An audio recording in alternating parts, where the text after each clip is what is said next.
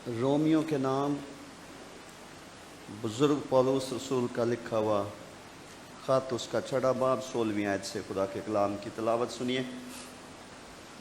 Romeo 6 باب 16ویں آیت سے یوں لکھا ہے، کیا تم نہیں جانتے کہ جس کی فرمانبرداری کے لیے اپنے آپ کو غلاموں کی طرح حوالے کر دیتے ہو اسی کے غلام ہو، جس کے فرمانبردار ہو، خواہ گناہ کے جس کا انجام موت ہے، خواہ فرمانبرداری کے جس کا انجام راست بازی ہے۔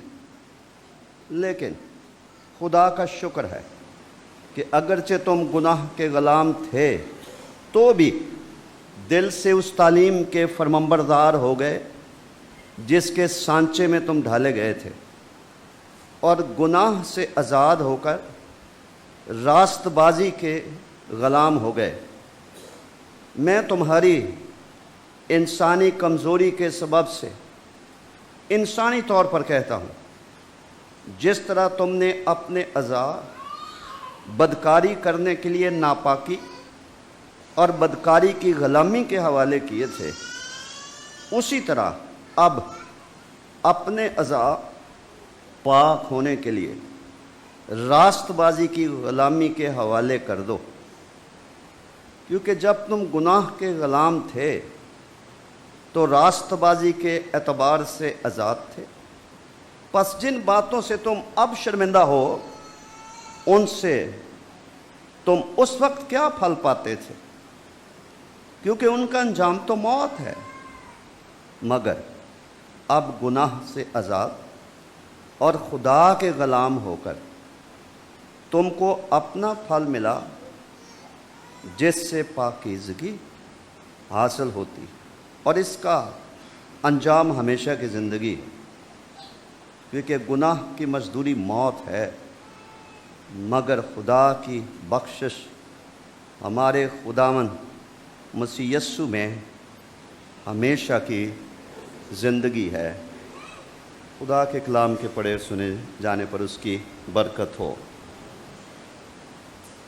آج صبح غلامی کیا ہے، اس کی اہمیت کیا ہے، اس کے تعلق سے ہم خدا کے کلام میں سے سیکھیں۔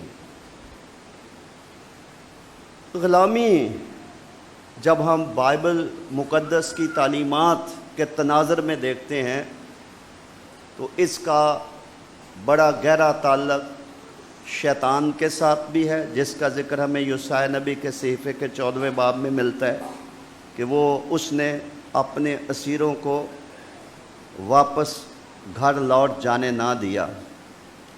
غلامی کا تعلق شیطان کے ساتھ بھی ہے، غلامی کا تعلق گناہ کے ساتھ بھی ہے، غلامی کا تعلق انسان کی جسمانی خواہشات کے ساتھ بھی ہے، اور غلامی کا تعلق انسانوں کے ساتھ بھی ہے۔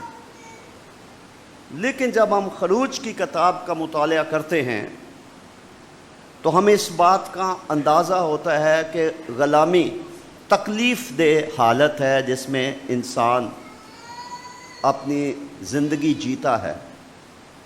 وہ تکلیف کیا ہے؟ اس کا بڑا عنصر ظلم ہے۔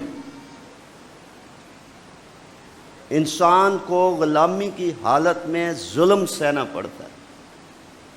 اس ظلم کے نتیجے میں انسان کے آنسو بہتے ہیں، وہ روتا ہے، وہ آہیں بھر بھر کر روتا ہے، وہ کراہتا ہے، وہ چلاتا ہے غلامی کے باعث۔ اور یہی وہ غلامی کی صورتحال ہے جو خدا نے ملک مصر میں اپنی قوم بنی اسرائیل کی دیکھی، اور پھر انہوں نے یہ کہا کہ اپنے لوگوں کا کرانا اور چلانا اور رونا جو غلامی کے سبب سے ہے وہ میں نے دیکھا ہے۔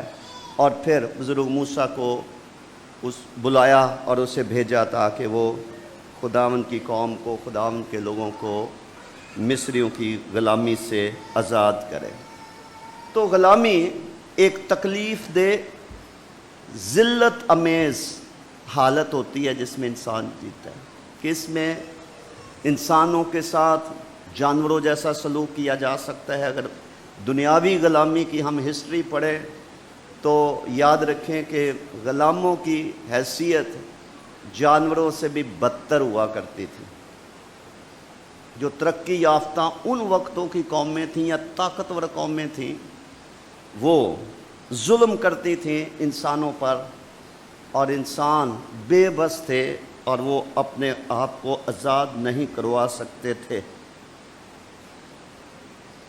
سیاسی طور پر انسان قید ہو وہ بھی تکلیف دہ ہے۔ کسی انسان کو مذہبی آزادی نہ ہو، کسی قوم کو، قبیلے کو اپنے ایمان اور اعتقادات کے مطابق عبادت کرنے کا حق حاصل نہ ہو، تو وہ بھی ایک ظلم ہے، زیادتی ہے، اور جس کے سائے کے نیچے دنیا میں لوگ زندگی بسر کر رہے ہیں۔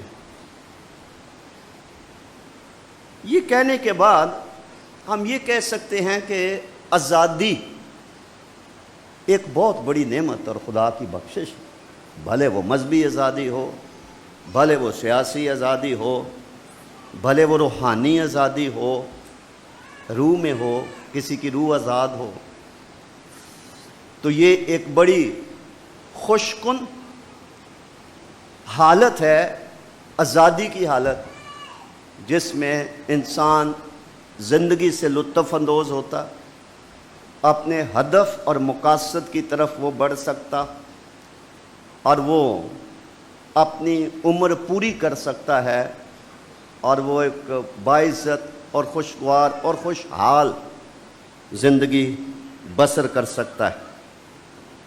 کبھی کبھی انسان جن کو غلامی کے دکھ کی اور پھر اس سے چھٹکارے کی قدر نہ ہو، تو وہ مسیح میں جو آزادی ہے اس کی بھی وہ قدر نہیں کرتے۔ اگر کوئی قومی طور پر آزادی حاصل کر لیتا ہے، جیسے ہمارے ملک میں ہم آزادی کا جشن مناتے ہیں، تو اگر حقیقی معنوں میں غلامی کی سمجھ نہ ہو، غلامی کے ظلم سے کسی کا واسطہ نہ پڑا ہو، تو وہ آزادی کی قدر کیا کرے گا؟ لیکن ہمارے لیے جو آج کا پیغام ہے وہ اس کا سیاست کے ساتھ تعلق نہیں ہے، اس کا تعلق ہماری اپنی روحانی زندگیوں کے ساتھ ہے۔ عہد جدید میں 3 اہم ترین آیات ہیں جو اس حقیقت کو سمجھنے میں ہماری مدد کرتی ہیں۔ سب سے پہلے تو خداوند یسوع مسیح کی زبان مبارک سے یوحنا رسول کی معرفت لکھی گئی انجیل کے 8ویں باب کی 34ویں اور پھر 36ویں آیت سے ہمیں ایک بڑی حقیقت کا پتہ چلتا ہے، اور وہ یہ ہے کہ خداوند یسوع المسیح یہ فرماتے ہیں، جو کوئی گناہ کرتا ہے گناہ کا غلام ہے۔ اور 36ویں آیت پہ لکھا ہے، اگر بیٹا تمہیں آزاد کرے گا تو تم واقعی آزاد ہوگے۔ تو یہ ایک بڑی اہم بات ہے جو خداوند یسوع مسیح کی زبان مبارک سے نکلی جب وہ روئے زمین پر جسم میں رہ کر انسانوں کو خدا کی راہ بتاتے تھے۔ اس کے بعد جو دوسری بات ہم پڑھتے ہیں، اس کی تلاوت ابھی ہم نے رومیوں کے خط کے 6 باب میں کی ہے، جہاں لکھا ہے، کیا تم نہیں جانتے کہ جس کی فرمانبرداری کے لیے اپنے آپ کو غلاموں کی طرح حوالے کر دیتے ہو اسی کے غلام ہو۔ اور آگے بتایا ہے کہ آپ چاہیں تو گناہ کے حوالے اپنے آپ کو کر دیں، آپ چاہیں تو راست بازی کے حوالے اپنے آپ کو کر دیں۔ تیسری بات، بزرگ پطرس اپنے دوسرے خط کے دوسرے باب کی 18ویں اور 19ویں آیت میں بیان کر کے اس کا نچوڑ یوں نکالتے ہیں، جو شخص جس سے مغلوب ہے، جو شخص جس سے مغلوب ہے وہ اس کا غلام ہے۔ اس کا مطلب یہ ہوا کہ غلامی کا بڑا تعلق شکست کے ساتھ ہے، مغلوبیت کے ساتھ ہے، ہار جانے کے ساتھ ہے، کہ انسان اگر گناہ کا اس کو سامنا ہے تو وہ گناہ کے سامنے ہار جاتا ہے، وہ گناہ کرنے سے باز نہیں رہتا ہے۔ عہد عتیق میں کچھ 7 طریقے لکھے ہیں جو کہ جن سے ہم جان سکتے ہیں کہ ان پرانے وقتوں میں انسانوں کو کن کن طریقوں سے اسیر کر لیا جاتا تھا، غلام بنا لیا جاتا تھا۔ ان میں جو سب سے پہلا طریقہ ہے جس سے انسانوں کو غلام بنایا جاتا تھا وہ ہے جنگ کی حالت، کہ جب ایک طاقتور بادشاہ کسی دوسری سلطنت پر حملہ آور ہوتا تھا تو جب وہ لوگ ان کا مقابلہ نہیں کر پاتے تھے تو طاقتور بادشاہ فتح پا کر تو وہ انسانوں کو، مرد ہو، عورتیں ہوں یا بچے ہوں، وہ ان کو غلام بنا لیتے تھے۔ تو جنگ ایک بہت بڑا تاریخی اعتبار سے ذریعہ ہے، طریقہ ہے انسانوں پر جبر کرنے کا، ان کو اپنی مرضی کے مطابق چلانے کا اور ان کی آزادی کو چھین لینے کا اور اپنے اشاروں پر ان کو چلانے کا۔ یہ ایک بہت بڑا تاریخی اعتبار سے طریقہ رہا ہے جس کا ذکر ہم گنتی کی کتاب کے 31 باب کی 9ویں آیت میں پڑھ سکتے ہیں۔ دوسرا طریقہ یہ تھا کہ غلاموں کو خریدا جاتا تھا۔ ایسے ہی جیسے مویشیوں کو منڈیوں میں بیچا جاتا ہے، اسی طرح سے غلاموں کی منڈیاں لگتی تھیں اور اس میں جو صاحب حیثیت لوگ ہیں وہ پیسے دے کر وہ کسی انسان کو غلام کی حیثیت سے، جس کو آج ہم ملازم یا نوکر کہہ سکتے ہیں آج کی دنیا میں، تو وہ ان کو خرید لیتے تھے۔ اس کا ذکر ہمیں احبار کی کتاب کے 25 باب کی 44 آیت میں ملتا ہے۔ تیسری بات کہ اگر کسی شخص نے کسی سے قرضہ لیا ہے اور قرضہ اتنا چڑھ گیا ہے اور متعلقہ شخص اس لائق نہیں رہا کہ وہ قرض چکا سکے، تو قرض جب وہ چکا نہیں سکتا ہے تو اس کو پھر قرض چکانے کے سلسلے میں اپنا آپ غلام کے طور پر دینا پڑتا تھا، کیونکہ وہ بے بس ہے، وہ قرض لے کر واپس کرنے میں ناکام رہا ہے۔ اس کے بعد ایک اور حیثیت ہے کہ اگر کوئی شخص پہلے سے غلام تھا، اس کی شادی ہو گئی ہے، اس کے اولاد ہوئی ہے، تو غلام کی اولاد بھی آگے غلام ہی ہوا کرتی تھی۔ جو بھی آقا ہے وہ اس کی غلامی کرتے تھے کہ ان کا باپ بھی غلام تھا۔ پھر 5واں طریقہ یہ رہا ہے کہ اگر کوئی شخص چوری کرتا ہے تو شریعت میں اس کا ہرجانہ تھا، کسی جگہ 4 گنا تھا، کسی جگہ 5 گنا تھا، کہ اگر کوئی شخص چوری کرے وہ پکڑا جائے اور وہ اس کا ہرجانہ بھرے، اور وہ شریعت میں بتایا گیا۔ جیسے میں نے کہا کہ کچھ چیزوں کے لیے 4 گنا، کچھ کے لیے 5 گنا ادا کرنا پڑتا تھا۔ اب اگر کسی نے چوری کر لی ہے اور وہ ہرجانہ نہیں بھر سکتا ہے تو پھر بھی اس کو کیا کرنا پڑے گا؟ اپنے آپ کو غلام کے طور پر ہرجانہ نہ بھرنے کی صورت میں اپنے آپ کو حوالے کرنا پڑے۔ پھر کبھی کبھی لوگ دوسروں کو خوش کرنے کے لیے، دوسروں پر احسان چڑھانے کے لیے وہ غلام انعام کے طور پر بھی دیتے تھے، ٹھیک ہے، تاکہ یہ دوسرے شخص کی خدمت کریں۔ اور آخری 7واں جو طریقہ ہے وہ یہ ہے کہ کبھی کبھی غلام، کبھی کبھی کوئی شخص اپنے آپ کو اپنی آزاد مرضی سے کسی کا غلام بنا لیتا تھا۔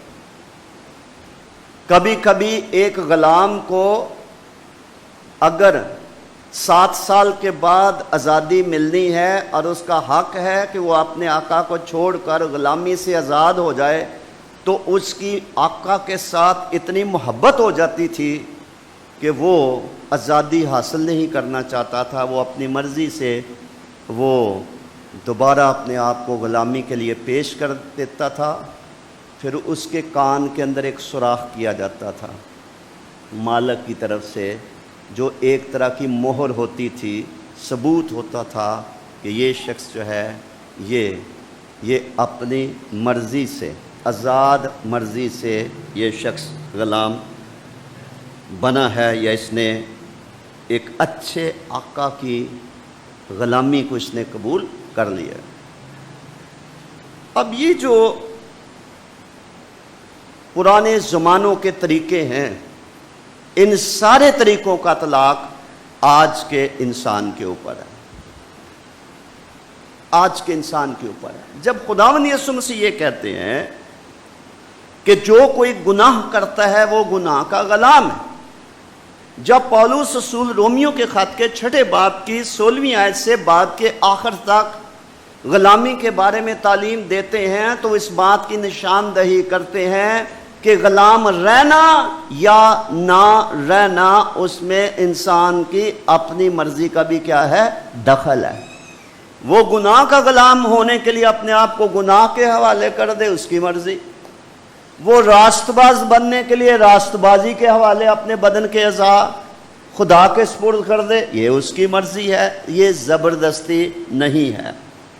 تو ایک آزاد مرضی ہے۔ اس مرضی کا مسیح کی اس تعلیم کے ساتھ بڑا تعلق ہے، جب انہوں نے کہا تھا کہ مبارک ہیں وہ جو راست بازی کے بھوکے اور پیاسے۔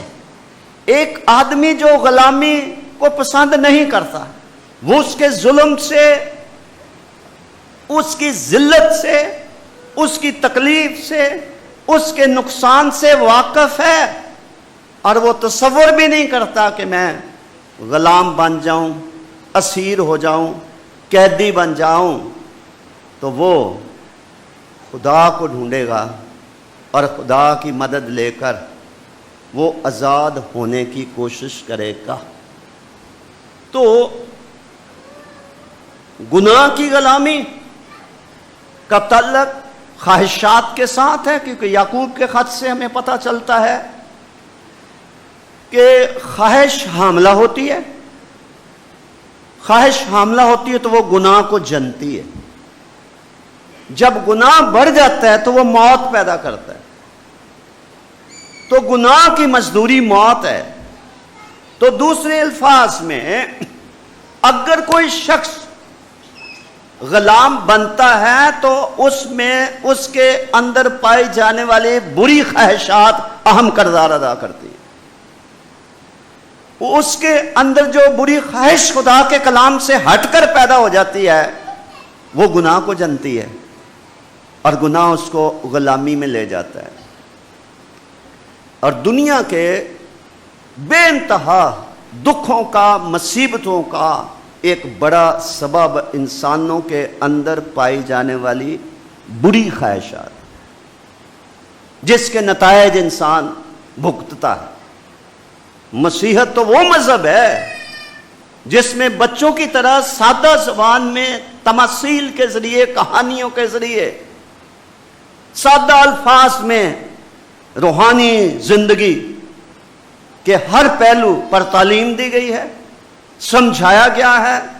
بہت ساری اہم باتیں مبہم نہیں ہیں، ان کی بازگشت ہمیں عہد عتیق میں بھی ملے گی، اناجیل میں بھی ملے گی، آگے خطوط میں بھی ملے گی، کیونکہ بائبل کے الہام کے پیچھے خدا کا الہی مقصد یہ ہے کہ انسان سمجھے۔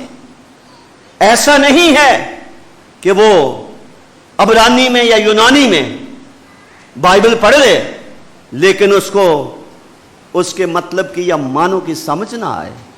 اسی لیے مختلف زاویوں سے تعلیم دی گئی ہے۔ مسیح نے کہا میں تم سے سچ سچ کہتا ہوں۔ تو یہ جو خدا کی مرضی ہے کہ انسان اس کے کلام کو سمجھے، اسی لیے بائبل کے دنیا کی مختلف زبانوں میں تراجم کیے گئے ہیں، اور جب تراجم کیے جاتے ہیں تو پھر مختلف زبانوں میں جو محاورے ہیں، جو اصطلاحات ہیں، جو الفاظ ہیں، وہ ہر زبان میں کسی جذبے کو ظاہر کرنے کے لیے ایک جیسے نہیں ہیں۔ تو لہٰذا کئی ہمارے دوست پھر اس غلط فہمی کا شکار ہو جاتے ہیں کہ اس بائبل میں یہ لکھا، اس بائبل میں یہ لکھا، اس ترجمے میں یہ لکھا، اور اس لیے بائبل بدلی ہوئی ہے۔ مسیحی موقف یہ ہے کہ اگر یہ خدا کی مرضی نہ ہوتی کہ انسان گہرے طور پر خدا کی مرضی کو اس کے کلام کے ذریعے سے جانے، پھر بائبل کے تراجم کی ضرورت نہیں تھی۔ عہد عتیق اگر عبرانی زبان میں لکھی گئی اور کچھ حصے ارامی میں لکھے گئے تو ہمیں ارامی اور عبرانی زبان سیکھنی پڑتی، تو تب ہی ہم اس کو سمجھتے۔ عہد جدید نیا عہد نامہ یونانی زبان میں لکھا گیا تو ہم یونانی ہمیں آتی ہوتی، ہم سیکھتے تو تب ہی ہم اس سے فیض اٹھاتے۔ لیکن یہ جو مختلف تراجم کیے جاتے رہے، اور آج بھی میں جب سیمنری میں پڑھتا تھا اس وقت میرا خیال ہے کہ 40 سے زیادہ بائبل کے تراجم، جنہیں ورژنز کہتے ہیں، انگریزی زبان میں دنیا میں موجود تھی۔ آج میرا خیال ہے اور بھی کوئی 10-20 ہو گئی ہوں گی، کہ جتنے ماڈرن تحقیقات ہوتی ہیں، لینگویجز کی ہوتی ہیں، اسکالرز ہوتے ہیں، وہ کھول کھول کر بائبل کے معنی سمجھانے کی کوشش کرتے ہیں کہ اصل خدا کے دل میں کیا بات تھی جو انسان کی روح میں خدا اتارنا چاہتا تھا۔ تو بائبل کے الہام کی یہ خاصیت ہے کہ خدا نے رٹنے کے لیے نہیں ہمیں یہ کلام دیا ہے، خدا نے صرف ایک بک یا کتاب، مقدس کتاب کی حیثیت سے اس کو چومنے اور اس کے احترام کے لیے نہیں بلایا۔ اس کے اندر جو کچھ لکھا ہوا ہے، جو کچھ خدا نے بتایا ہے، جو اس کی مرضی ہے ہمارے لیے، اس کو گہرے طور پر پہچاننے کی کوشش کرنا، اور اسی کا تعلق راست بازی کی بھوک اور پیاس سے ہے۔ اگر کوئی شخص گناہ کا غلام ہے اور وہ اس غلامی سے تنگ ہے تو وہ کوشش کرے گا میں کیسے آزاد ہو سکتا ہوں۔ جس طرح سے کبھی کبھی جیلوں کے اندر قیدی وہ اپنا دماغ لڑاتے ہیں کہ ہم کیسے یہاں سے نکل سکتے ہیں، کیونکہ وہ زندگی ان کے لیے بڑی تکلیف دہ ہے۔ اسی لیے کبھی کبھی آپ اخباروں میں پڑھتے ہیں، سنتے ہیں کہ جیل کے اندر ہی کھدائی کر کے سرنگ بنا کر تو قیدی نکلنے کی کوشش کرتے ہیں، اور کئی مختلف طریقے استعمال کرتے ہیں۔ لیکن ہم بات کرتے ہیں گناہ کی غلامی کی، جس سے موت واقع ہوتی ہے، اور اس کے پیچھے جو چیز کار فرما ہے وہ ہے خواہش حاملہ ہوتی ہے، گناہ کو جنتی ہے۔ تو آج ہر ایک سچے مسیحی کے لیے یہ بڑے اعزاز کی بات ہے کہ وہ خوشی کے نعرے مار سکتا ہے اور گواہی دے سکتا ہے کہ مسیح نے مجھے آزاد رہنے کے لیے کیا کیا ہے؟ آزاد کیا ہے۔ یہ بزرگ پولس رسول کا بھی تجربہ تھا جب انہوں نے کہا ہائے میں کیسا کمبخت آدمی ہوں، جو گناہ میں نہیں کرنا چاہتا وہ میرے سے ہو جاتے ہیں، جو نیکی میں کرنا چاہتا ہوں وہ میرے سے ہوتی نہیں ہے، نیک کام میرے سے بن پڑتے ہی نہیں ہیں، ہائے میں کیسا کمبخت آدمی ہوں، کون مجھے اس گناہ کے بدن سے چھڑائے گا؟ تو یہ ہے انسان کی بے بسی، جس کو سادہ جملے میں مسیح نے کہا تھا کہ اگر بیٹا تمہیں آزاد کرے گا تو تم واقعی آزاد ہوگے۔ کئی انسان اور کئی خاندان اور کئی قومیں دھوکے میں، مثال کے طور پر یوحنا کی انجیل کے 8ویں باب میں جب خداوند یسوع مسیح نے کہا جو کوئی گناہ کرتا ہے گناہ کا غلام ہے، تو اس کا ایک پس منظر ہے، اور اس پس منظر کیا ہے کہ یہودی لوگوں سے خداوند یسوع مسیح کی گفتگو ہو رہی ہے، اور وہ رہنما کیا کہہ رہے ہیں کہ ہم تو ابراہیم کے بیٹے ہیں، ہم تو کبھی کسی کے غلام نہیں رہے۔ یہ میرے خیال میں ایک تاریخی جھوٹ ہے کیونکہ خروج کی کتاب تو بھری پڑی ہے، ابتدائی ابواب خاص طور پر وہ تو بھرے پڑے ہیں کہ بنی اسرائیل قوم مصریوں کی غلامی میں رہی ہے اور کم از کم 400 سال تک رہی ہے. تو یہ لیڈر کیا کہہ رہے ہیں مسیح کو؟ کہنے لگے ہم تو ابراہیم کے بیٹے ہیں، ہم تو کبھی بھی کسی کے غلام نہیں رہے، تو ہمیں غلام بتا رہا ہے. تو یہ تاریخی غلط فہمی کہہ لیجیے، جہالت کہہ لیجیے، لا علمی کہہ لیجیے، جھوٹ کہہ لیجیے، ہم ابراہیم کے بیٹے ہیں، ہم تو آج تک کسی کی غلامی میں نہیں رہے جی. اس تناظر میں انہوں نے، کیونکہ وہ تو روحانی بات کر رہے تھے، وہ تو سیاسی بات تھوڑی کر رہے تھے، پھر انہوں نے کہا جو کوئی گناہ کرتا ہے وہ گناہ کا غلام ہے. اور آگے جو انہوں نے لفظ استعمال کیا تھا نا، واقعی، کہ اگر بیٹا تمہیں آزاد کرے گا تو تم واقعی آزاد ہوگے. ابھی تم آزادی کا دعویٰ کر رہے ہو، آزاد ہونے کے دعوے دار ہو، لیکن حقیقت میں تم آزاد نہیں ہو. جس طرح 14 اگست منایا جاتا ہے تو ہمارے ملک کے بہت سارے دانشور یہ کہتے ہیں کہ ہمیں 47 میں آزادی تو مل گئی لیکن ہم آزاد نہیں ہوئے. یہ تو آپ سنتے ہیں نا دانشوروں سے. تو وہ اپنے آپ کو آزاد سمجھتے ہیں اور مسیح جیسی ہستی کے سامنے بحث کر رہے ہیں، دلیل دے رہے ہیں.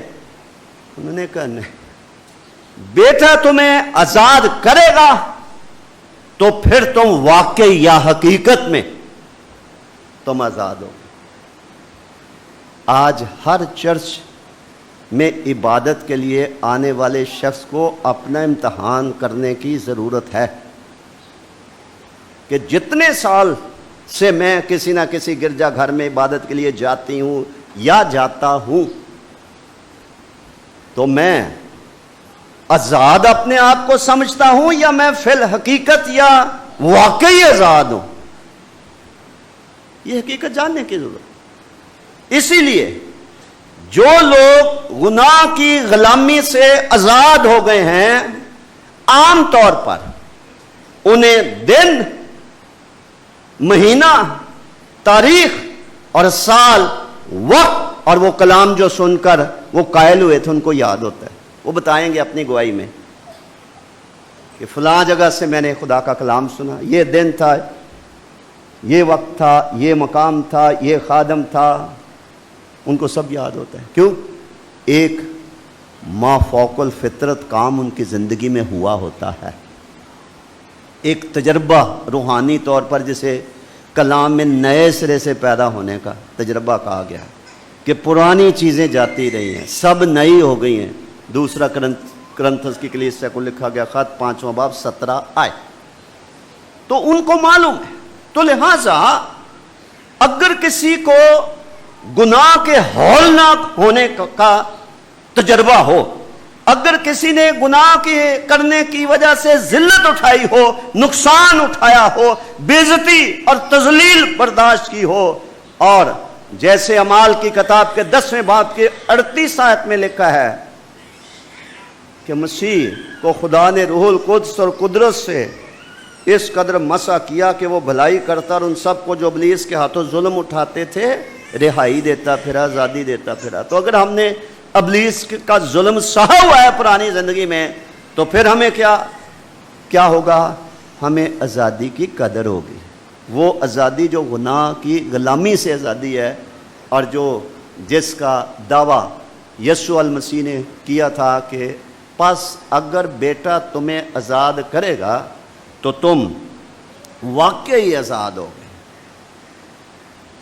سنجیدہ بات میں یاد کرانا چاہتا ہوں، ہم میں سے کسی کے لیے بھی یہ ایک بری صورتحال ہوگی کہ ہم ساری عمر اپنے آپ کو راست باز سمجھیں، آزاد سمجھیں، لیکن جب وقت آئے تو دروازہ بند ہو جائے اور ہمارے واسطے نہ کھلے اور اندر سے آواز آئے کہ میری تم سے کبھی واقفیت نہیں تھی.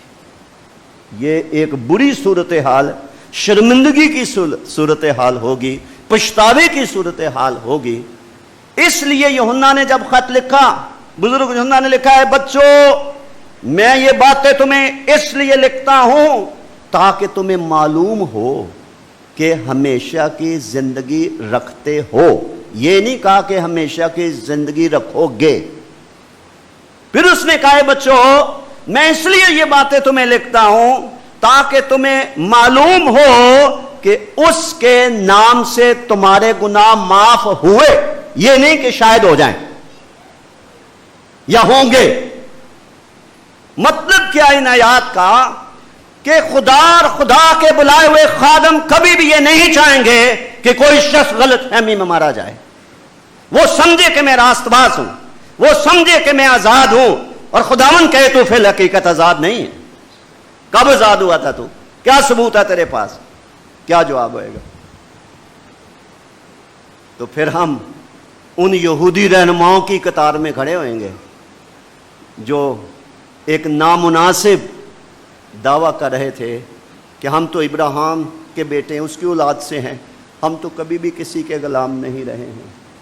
یہ ہے روحانی اندھا پن اور انسانوں کی ایجاد کی ہوئی راست بازی، نہ کہ مسیح کے کفارے پر ایمان لانے سے جو راست بازی ملتی ہے وہ فرق ہے. اس سے تو غلامی کی زنجیریں ٹوٹ جاتی ہیں اور انسان آزاد ہو جاتے ہیں. تو اس کے پیچھے خواہشات کا، اور اگر آپ تھوڑا سا سوچیں اپنی زندگیوں پر اور اپنے ارد گرد بسنے والے انسانوں کی زندگیوں پر سوچیں تو آپ کا دل دکھ سے بھر جائے گا کہ کس طرح سے بری خواہشات نے انسانوں کا مستقبل تباہ کیا، عزت دار خاندانوں کی ناک کٹوا کے رکھ دی، لوگ غم کی شدت سے مر گئے، وہ اپنی بے عزتی کو برداشت نہ کر سکے. کبھی کبھی انسانوں نے خودکشی تک کی ہے کیونکہ وہ ذلت جو گناہ کے باعث آتی ہے، جس کے لیے لکھا ہے مصیبت اور تنگی ہر ایک بدکار کی جان پر آئے گی، بھلے وہ یہودی ہو، یونانی ہو، مسیحی ہو، غیر مسیحی ہو، مصیبت اور تنگی ہر ایک بدکار کی جان پر آئے گی.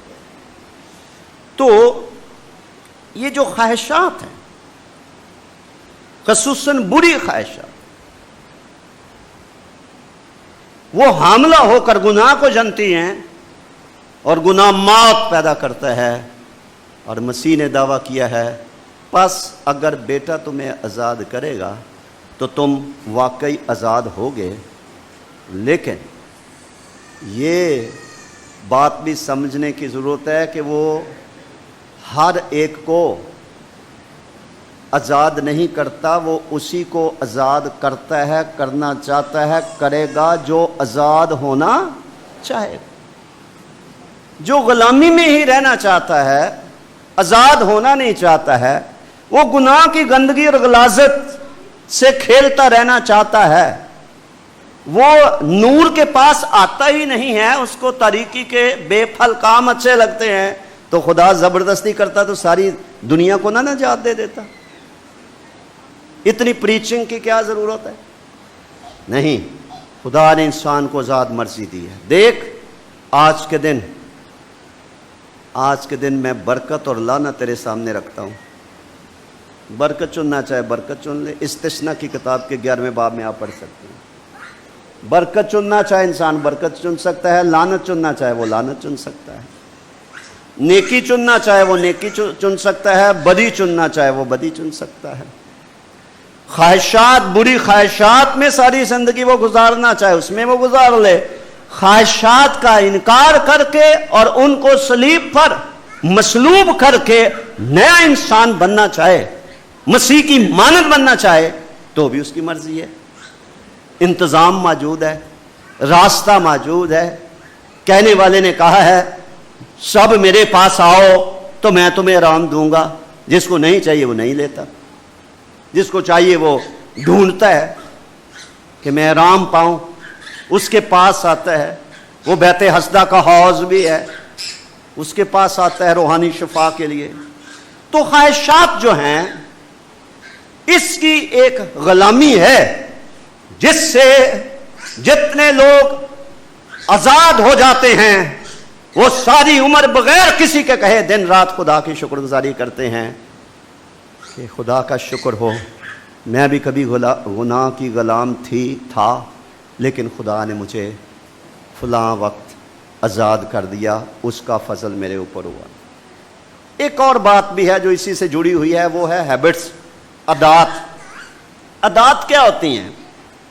عادات کی سادہ الفاظ میں تعریف یہ ہے، اینی تھنگ، کوئی بھی ایسا کام جو ہم بار بار ریپیٹ کرتے ہیں وہ عادت کہلاتا ہے۔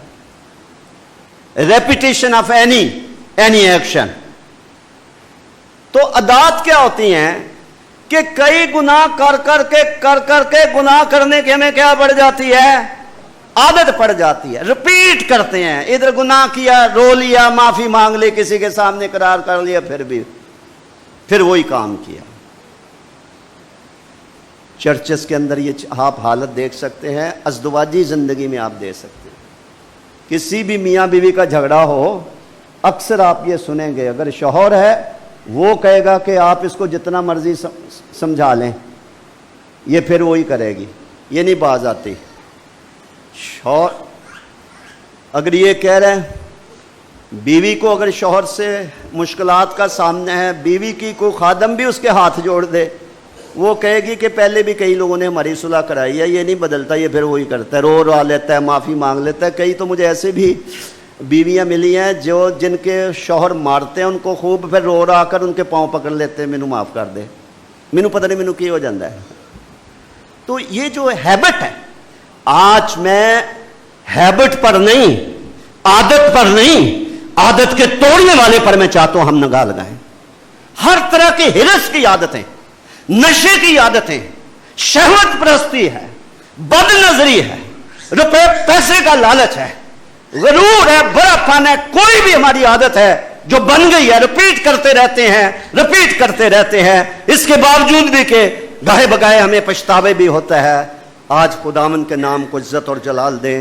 مسیح کے صلیب پر چڑھنا اور کفارہ دینا جو ہے گناہ کی غلامی سے ہمیں آزاد کرتا، بری خواہشات کی غلامی سے ہمیں آزاد کرتا، اور عادات کی بری عادات جو پڑ جاتی ہیں، سال ہا سال انسان وہ کام کرتا رہتا ہے، تو اس سے بھی خداوند آزاد کرتا ہے۔ میں لاہور میں ایک دن کسی چرچ میں، یوحنا آباد میں کلام سنا رہا تھا، تو جب میں کلام ختم کر کے لوگوں سے مل رہا تھا، ایک بزرگ آئے، اتنی بڑی سفید داڑھی، سفید بال، میرے پاس ہے، بڑے مسکرا کے تو مجھے کہنے لگے کہ 80 کے سال کے ہوئیں گے وہ، کہنے لگے کہ پادری صاحب میں بھی توبہ کر لی ہے تو اس مہینے میں ابھی بپتسمہ لیا ہے۔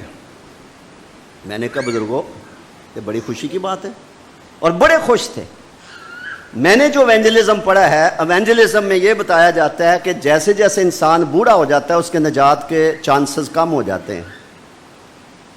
بشارت کی ہسٹری میں لوگوں نے چھوٹی عمر میں خداوند کو قبول کیا ہے۔ اس وقت اور انسانی تاریخ میں جتنے بھی چوٹی کے کرسچن کمیونٹی میں یا ہمارے مذہب میں جتنے بھی چوٹی کے روحانی لوگ ہو گزرے ہیں اور ابھی بھی ہیں، آپ ان کی لائف سٹوری پڑھ کے دیکھیں۔ کسی نے 8 سال کی عمر میں سنڈے اسکول میں، کسی نے ٹین ایج میں 12 سال یا 14 سال کی عمر میں خداوند کو اپنی زندگی دی ہے۔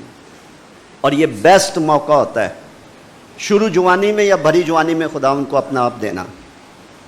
تو بلی گرام جیسے بزرگ جنہوں نے ساری دنیا میں بشارت دی، اور دنیا اس بات سے واقف ہے کہ لاکھوں لوگ، ہزاروں نہیں لاکھوں لوگ ان کے بشارتی جلسوں کے وسیلے سے خداوند کے پاس آئے۔